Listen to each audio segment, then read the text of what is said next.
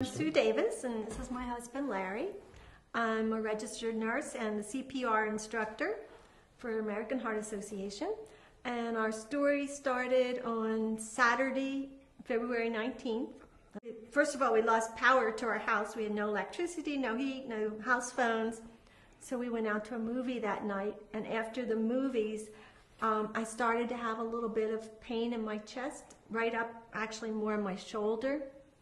And it was very mild, so I didn't think anything about it. From the very beginning, I never believed that I was having a heart attack, you know.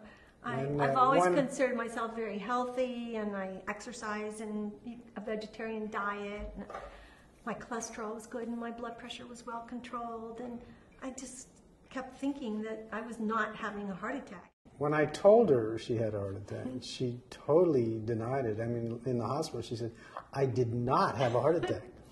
And it took about 2 days for me to tell her that she had a heart attack before it really dawned on her that she actually had a heart attack, but she just did not believe she had a heart attack. I definitely didn't. I was, I guess, in major denial, but I guess I also thought that I didn't have a lot of risk factors, but Dr. Butler explained to me that even if you have no risk factors, you can still have a heart attack. It's just your chances of doing so are less or reduced.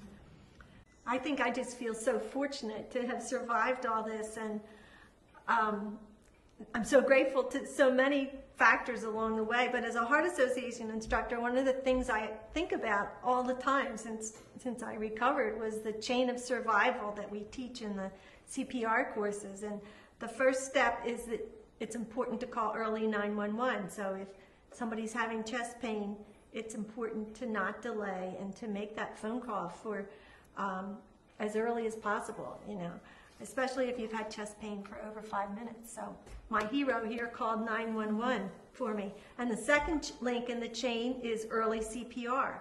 And I was so fortunate that he saw me go into cardiac arrest, and that, you know, he was able to initiate the CPR just immediately. So I think that was another important factor. And then the third thing is the EMTs. As soon as they arrived, they were very quick and very efficient and did shock my heart right away. So early defibrillation is the third link. And then the fourth link is advanced life support in the hospital.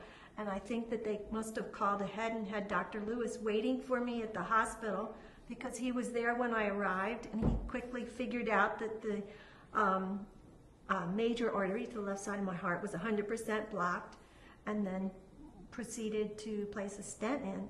And because all of these things happened in sequence and very quickly, I just feel I was very fortunate to have survived the whole thing. They explained to me later that we had the only ambulance in Chester County who was trained in early use of the hypothermia. And I was told that they started injecting me with ice saline right away and just began the whole process of hypothermia right away. And I'm, you know, later came to believe that that was pretty critical in saving my brain from damage, because it decreases the swelling in the brain and lowers your metabolism, so you need less oxygen. I think my students are fascinated to hear my story. I try not to overdo it because I don't want to talk about myself the whole time, but I think that that whole chain of survival concept has just come to life for me, because I know that if each of those links in the chain had not happened, that I wouldn't be here to tell my story, you know. It was an unbelievable experience, one like I've never experienced anywhere else in any other hospital, and Chester County Hospital was just incredible, and got Sue through it.